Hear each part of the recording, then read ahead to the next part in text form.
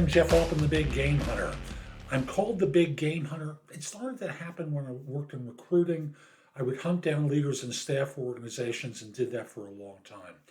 Now I provide no BS career advice to people globally. And that can relate to anything ranging from a job search to resolving workplace issues to a lot of things in the middle. Holistically, think of your career, and I'm someone who supports people with being better at it. Today, I'm going to talk with you about 10 mistakes people make when it comes time to quit their job. And the first one's the obvious one, burning their bridges. You don't want to be critical of people, the organization, your manager on the way out the door. Why? Because you never know where these folks are going to wind up next. And your hypercriticism, because you're feeling good and you're angry, can wind up hurting you at the next organization you go to, because you know you're not going to be at this firm for the next 30 years of your life, right? So don't burn your bridges.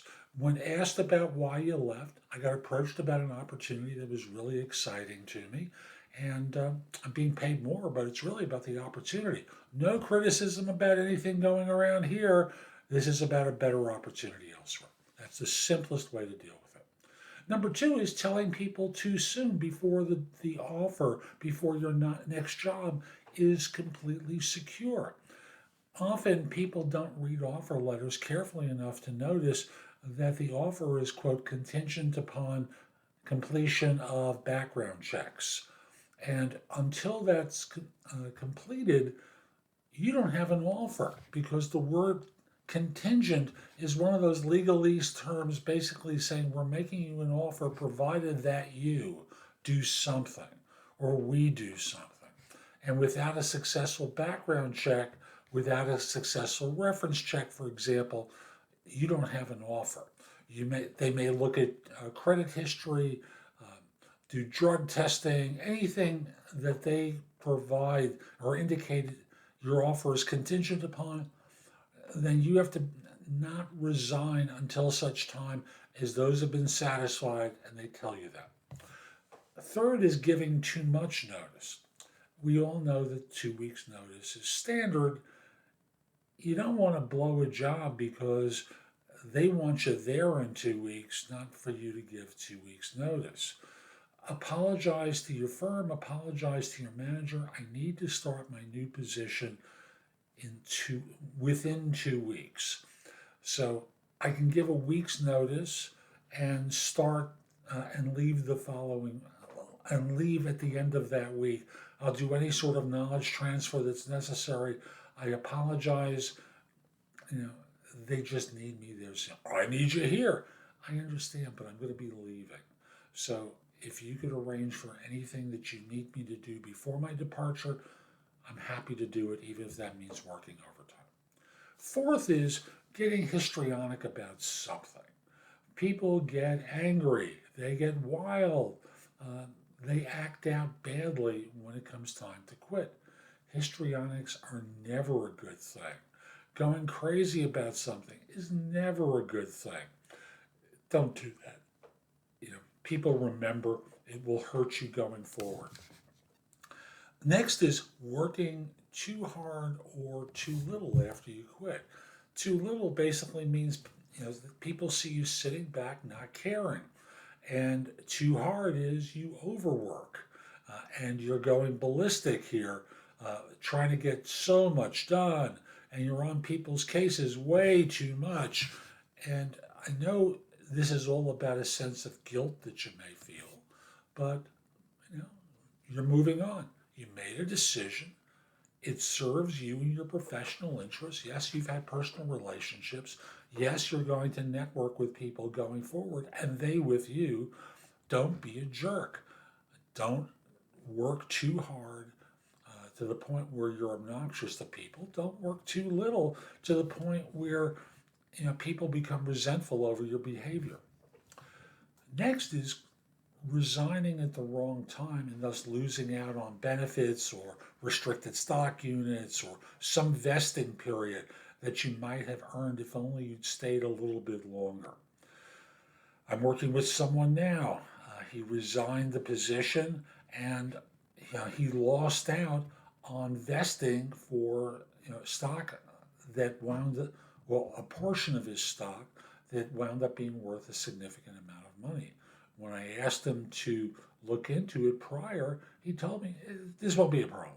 And it was, because we're talking about hundreds of thousands of dollars involved. And firms don't feel compelled to be nice to people who are leaving them.